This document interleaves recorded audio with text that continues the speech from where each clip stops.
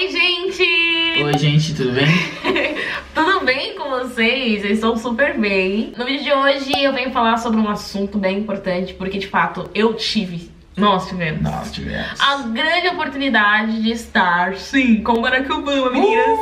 Ai, gente, eu adorei esse momento. Eu já imaginei estar com o Barack Obama assim, mas nunca imaginei que isso seria possível. Fiquei na terceira fileira, de frente pro Barack Obama, e foi hilário, não é a palavra certa, lá vai eu usar de novo. E foi maravilhosamente incrível. Barack Obama é uma pessoa que sempre admirei, mesmo sem conhecê-lo, porque não tem como, é um cara que eu vou levar pra vida como inspiração total. E ele falou coisas, assim, extremamente importantes, e é por esse motivo que a gente decidiu, nós dois juntos, falarmos sobre o que cada um absorveu, baseado num resumo que a Alexandra Louras, que foi a nossa queridíssima amiga que nos convidou e que nos levou pra este evento, que ela é embaixadora do evento Ex-Consuleza. Pra quem não conhece, vou deixar o Instagram dela aqui, ela é uma pessoa maravilhosa. Achou interessante nos convidar para este evento, eu me senti muito honrada em estar ali também, então foi muito legal. Enfim, bora lá. Eu estive com o Barack Obama e até agora não estou acreditando nisso. Nem eu tô... Meu, Barack Obama, sabe? Como você se sentiu? Cara, Barack Obama, você tem ideia disso? Eu estive com o Barack Obama. Uma das coisas que eu mais guardei pra mim, assim, de tudo que ele falou, foi que a educação não é uma caridade. Que muitas das vezes os líderes que estão aí pra tomar as decisões por nós, sempre acham, a educação age como se fosse algo tipo... caridade. Não é caridade, é obrigação, porque a educação, ela é o fundamento para um desenvolvimento de um país, para o crescimento e uma evolução de um país. Nós precisamos sim dar prioridade para a educação. Exatamente. Muito atrelado à educação tem a questão das oportunidades também. E muitas vezes, sei lá, a gente coloca as responsabilidades somente nos nossos líderes governamentais, porém a gente esquece da responsabilidade que também as pessoas que estão acima na classe social ou detêm o poder em relação aos trabalhos, têm também com as outras pessoas, entendeu? Então, tipo, a oportunidade caminha muito perto da educação. Não sei se faz sentido isso que eu tô falando. Outra coisa que a Alexandra Louras enfatizou foi... Ela enfatizou não, ela pontuou, porque de fato ele que enfatizou. Não tenha medo do que nunca foi feito. Uma das coisas que ele falou é que a gente cresce muito com medo de se entregar ou de se desafiar a algo ou tentar fazer algo. Então, por esse motivo que a gente tem uma certa falha em pessoas que estão à frente de algo, que não são empreendedores hoje, mas que poderiam ser, mas por conta do medo ele deixa de fazer qualquer coisa, tomar qualquer tipo de atitude. E às vezes o medo ele te proíbe de muitas coisas, então nunca tenha medo do que nunca foi feito, foi isso que ele disse. Exatamente. A outra coisa que ele falou é, quanto mais trabalho, mais tenho sorte, ou seja, esquece de sorte, entendeu? Você tem que trabalhar, cara. Você acha que vai cair as coisas do céu? Não vai cair. Só colocando um ponto, um adendo exatamente em relação a isso, não é um discurso sobre meritocracia, é muito pelo contrário. Tipo, nós entendemos, e ele também explicou, que na vivência dele, ele teve oportunidades. Ele viveu em um lugar, em um país onde o país propiciou a ele, deu a oportunidade dele ter um ensino de qualidade e crescer como pessoa para chegar a nível de ser o presidente dos Estados Unidos. Ele quis dizer que quando você tem a oportunidade, você consegue. Ou seja, por esse motivo é que nós devemos incluir as pessoas. Outro ponto que ele falou foi, seja curioso, aprenda sempre. Porque você sendo curioso, você descobre novas coisas. Descobrindo novas coisas, você aprende automaticamente novas coisas, o que te possibilita de chegar a lugares que não poderia estar. Exatamente. Exatamente.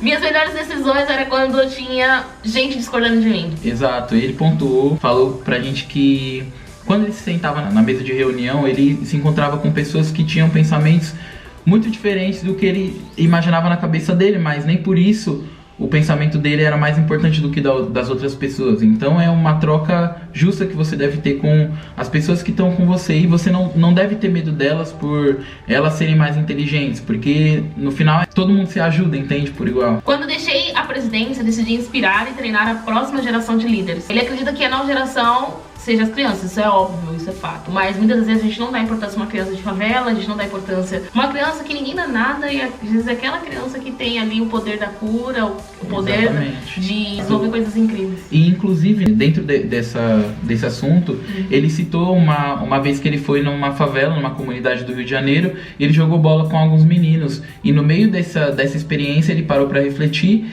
e viu que o grande problema era a questão do acesso. Então ele pensou, caramba, aqui no meio deve ter diversos médicos, diversas crianças que podem descobrir a cura do câncer, diversos presidentes, e por falta de acesso essas pessoas não estão conseguindo desenvolver os determinados papéis. Sim. E tudo mais. E aí foi quando ele falou, inovações tecnológicas vão além das fronteiras físicas e tradições. basta ter atitude, ou seja, atitude é a base de tudo pra qualquer coisa. E não basta você criar ou planejar algo. Se você não tomar atitude, nada valerá. Esse planejamento, esse pensamento que você tem. Eu acredito que você tem que ter um plano de ação pra tudo que você faz na sua vida, sabe? Você tem um objetivo, mas para você alcançar esse objetivo, você precisa traçar metas que vão de acordo com o seu sonho. Então é importante, inclusive dica, é importante a gente saber e anotar tudo isso num papel, sabe? Tipo, em relação a metas e sonhos e aonde a gente quer estar daqui 2, 5 anos. Acho que tudo isso faz parte. Outra coisa que ele falou bem legal, mas que eu também tenho um ponto assim pra destacar e um pensamento pra falar. Ele falou assim: você deveria estar feliz em pagar impostos, porque eles ajudam os negócios. No nosso caso é diferente, porque aqui no Brasil o pessoal rouba. Exatamente. Então, tipo, isso não foi muito válido pra nós brasileiros, mas que pra ele vale super lá no país dele, porque lá eles usam de forma correta, pelo menos eu acredito, e é o que eu vejo aqui de fora. Exatamente. Tipo, não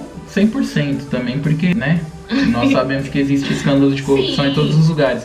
Porém, ele vive numa outra realidade, então, na situação algumas dele... coisas se aplica, outras não. Exato. A mulher precisa ser incluída pra gente ter igualdade, assim como ocorre no basquete nos Estados Unidos. Quando ele citou até da Michelle, que eu achei muito legal isso da parte dele, que ele falou assim, que uma das principais pessoas foi a Michelle estar do lado dele, que ela é uma pessoa extremamente inteligente, uma mulher muito guerreira, batalhadora. Então ele citou bastante a importância dela na vida dele, citou bastante a importância da mulher ser inclusa dentro de um negócio, dentro de uma empresa, e que ela não deve ser tratada diferente. Então eu achei muito legal isso. Também achei muito bom esse posicionamento em relação a ele, porque muitas vezes os nossos governantes não incluem a mulher dentro do setor político ou em qualquer outro setor em relação à tomada de decisões, porque eles não acham importante. Hoje tenho mais dinheiro do que posso gastar, mas ver as minhas filhas sorrindo é o que me faz feliz de verdade, porque uma das coisas que ele priorizou foi a família, porque pra ele foi muito difícil, foi um grande desafio ser pai e ser presidente, e que muitos apostavam no fracasso dele sendo pai. Então falaram, você deve ser um bando de loucas, né, porque não tem os pais, não se em nada. E foi o que ele falou, que todos erraram quando apostaram nisso, porque ele realmente se esforçou muito pra ser um ótimo pai e pra ser um ótimo presidente. Inclusive durante a semana presidencial dele, ele sempre reservava um dia pra ficar totalmente off de toda responsabilidade presidencial, então ficava com a filha, com a família e tudo mais. Não adianta a gente ter tudo isso sem água pra beber e sem ar pra respirar, ou seja, cuide do seu país, preserve o meio ambiente, dê atenção pra nossa natureza. Exatamente. Outra coisa que ele disse, pra você ser um bom líder, não precisa você saber todas as respostas. Basta fazer as perguntas certas, ter pessoas bacanas, né, ter as melhores pessoas que você poderia ter no time e servir e empoderar as outras pessoas, ou seja, não tenha medo de ter pessoas inteligentes do seu lado. Conte com pessoas certas. Porque quando você tem pessoas certas, só basta você fazer as perguntas certas que tudo se dará certo. Exatamente.